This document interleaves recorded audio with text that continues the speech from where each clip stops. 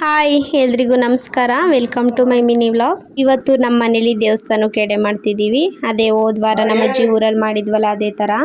ಅದಕ್ಕೆ ನಾನು ನನ್ನ ಮಗಳು ಬೆಳಗ್ಗೆನೆ ಸ್ನಾನ ಮಾಡ್ಕೊಂಡು ಪೂಜೆ ಮಾಡ್ಕೊಂಡ್ವಿ. ಅಷ್ಟರಲ್ಲಿ ನಮ್ಮಪ್ಪ ಕೋಳಿ ಎಲ್ಲ ತಗೊಬಂದು ಕಟ್ ಮಾಡಿಟ್ಟಿದ್ರು. ಇನ್ನು ನಾವು ದೇವಸ್ಥಾನಕ್ಕೆ ಮಾಡ್ಬೇಕಂದ್ರೆ ಅಂಗಡಿಲಿ ಕೋಳಿ ಕಟ್ ಮಾಡಿಸಲ್ಲ, ಮನೇಲೆ ತಂದು ದೇವ್ರಿಗೆ ಒಪ್ಪಿಸಿ ಮನೇಲೆ ಕುಯ್ಬೇಕಾಗಿರುತ್ತೆ. ಅದಕ್ಕೆ ಅಪ್ಪ ಅಂಗಡಿಯಿಂದ ತಗೊಬಂದು ಇಲ್ಲೇ ಕುಯ್ತಿದ್ದಾರೆ.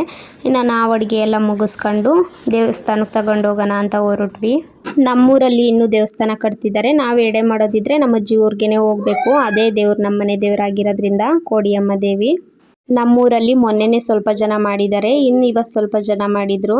ನಾವು ಹೋಗಿ ಕೋಡಮ್ಮ ಮತ್ತು ಚಿಕ್ಕಮ್ಮ ಇಬ್ಬರಿಗೂ ಪೂಜೆ ಮಾಡಿಸ್ಕೊಂಡು ಸ್ವಲ್ಪ ಹೊತ್ತು ಅಲ್ಲೇ ಕೂತಿದ್ದು ಇನ್ನು ಎಡೆ ತಗೋ ಹೋಗಿರ್ತೀವಲ್ಲ ಅದನ್ನು ಅಲ್ಲೇ ದೇವಸ್ಥಾನದಲ್ಲೇ ಕೊಟ್ಬಿಟ್ಟು ಬರ್ತೀವಿ.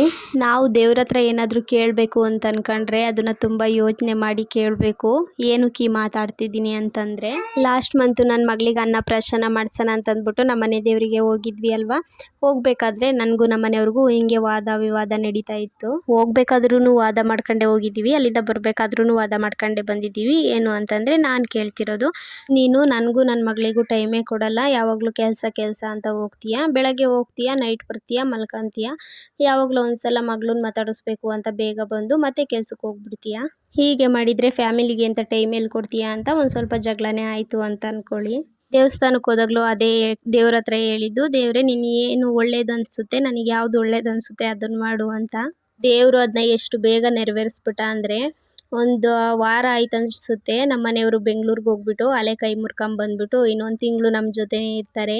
ನಾನು ಕೇಳಿದ್ದು ಸ್ವಲ್ಪ ಟೈಮ್ ಕೊಡು ಅಂತ. ದೇವ್ರು ನೋಡಿ ಒಂದು ತಿಂಗಳೆಲ್ಲ ನಮ್ಮ ಜೊತೆನೇ ಇರೋ ಥರ ಮಾಡಿಬಿಟ್ರಾ. ಇವಾಗ ಎಲ್ಗೂ ಹೋಗಂಗಿಲ್ಲ. ಇವಾಗ ಏನು ಮಾಡ್ತಾರೆ, ಬೇಜಾರು ಅಂತಂದ್ಬಿಟ್ಟು ಅವಾಗವಾಗ ದುಡ್ಡಕ್ಕೆ ಹೋಗಿ ಬರ್ತಾರೆ ಅಷ್ಟೇ. ಅದಕ್ಕೆ ಯಾವಾಗಲೂ ದೇವ್ರ ಹತ್ರ ಏನಾದರೂ ಕೇಳಬೇಕು ಅಂದರೆ ಹಿಂದೆ ಮುಂದೆ ಯೋಚನೆ ಮಾಡಬೇಕು.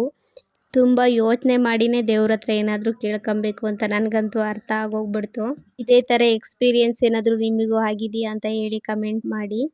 ಇನ್ನು ನಾವು ದೇವಸ್ಥಾನದಿಂದ ಎಡೆ ತಗೋ ಹೋಗಿದ್ವಲ್ಲ ಅದನ್ನ ಅಲ್ಲಿ ಸ್ವಲ್ಪ ಕೊಟ್ಟು ನಾವು ಸ್ವಲ್ಪ ಉಳಿಸ್ಕೊಂಡು ಅಲ್ಲೇ ಅಜ್ಜಿ ಮನೆಗೆ ಹೋಗ್ಬಿಟ್ಟು ಆಂಟಿ ಇದ್ದರು, ಎಲ್ಲರೂ ಕೂತ್ಕೊಂಡು ಊಟ ಮಾಡ್ಕೊಂಡು ಊಟ ಮುಗಿಸ್ಕೊಂಡು ಮನೆ ಕಡೆ ಬಂದ್ವಿ. ಇವತ್ತಿಗಿಷ್ಟೇ. ನೆಕ್ಸ್ಟ್ ವೀಡಿಯೋದಲ್ಲಿ ಸಿಗ್ತೀನಿ. ಬಾಯ್.